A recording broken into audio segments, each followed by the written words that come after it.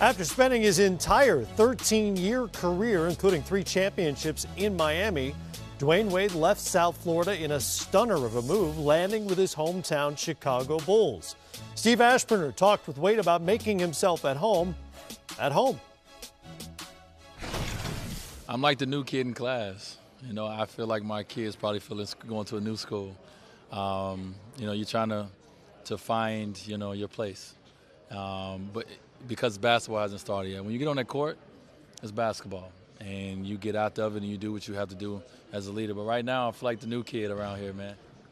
I don't think the individual stuff means too much to me.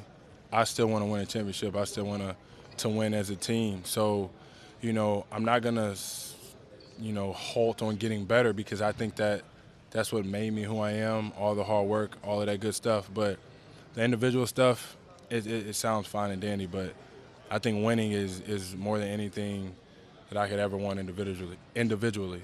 You know, all egos have to go out the window. And with my experience in Boston, being able to sit back and witness the big three come together, I feel like it was purposely meant to be. And now me dealing with the situation that we're in now, a lot of people expect us three alphas to not mesh so well, and I completely laugh at it.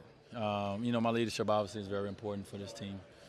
My experience, you know, of playing, you know, in the NBA 13 years, been in 5 finals along the way, and so forth and so on. But, you know, from the standpoint of, you know, my play, I've always been a guy who always try to help make his teammates better on the court.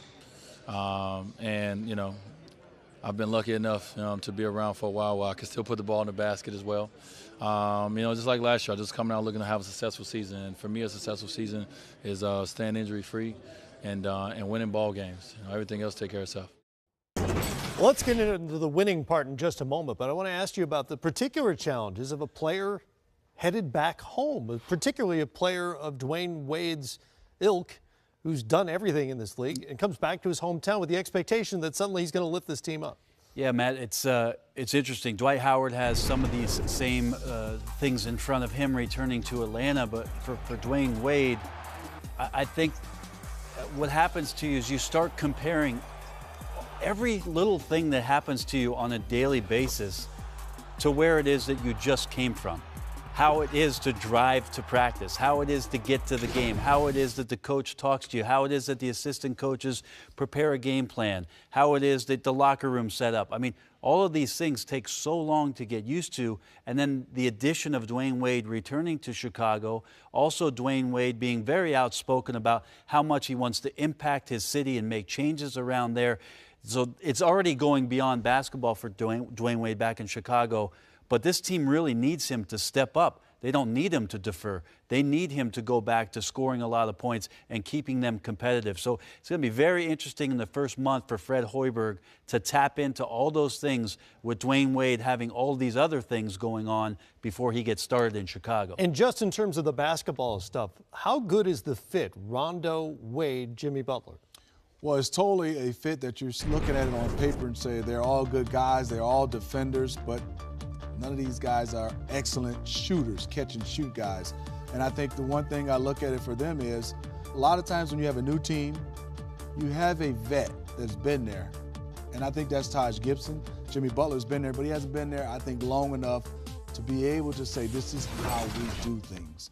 Because Thibodeau is not there. That's how they used to do things. So Fred Hoiberg has been trying to find out how they do things. They have a work in progress. I like what they've done, but I think it's going to take a lot of time. No continuity at all there Not right now, obviously. How much sense does this roster make?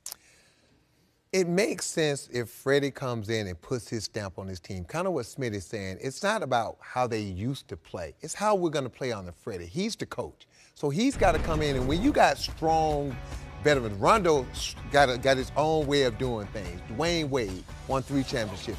These guys have strong personalities. Freddie's going to have to come in and say, look, guys, you're not in Boston, you're not in Sacramento, you're not in Miami.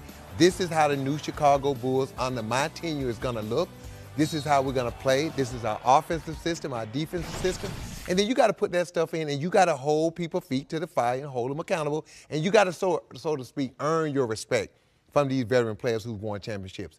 He's got to put his foot down and put his stamp on his team and stop talking about the past and what they used to do.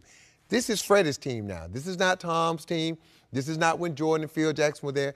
This is a new regime, and he's got to make sure that everybody understands that and put his system in on both ends of the court. Man, you totally skipped over Coach Floyd's time there, which I'm very short upset time. about that. He's got to get floor spacing, too, as well. And Smitty mentioned the shooting I know, issues. but it's the shooting, man. Rondo, Wade, Butler, among wing players who played big You minutes better play last year, fast. all in the bottom 15 in terms of threes made over the course of the season.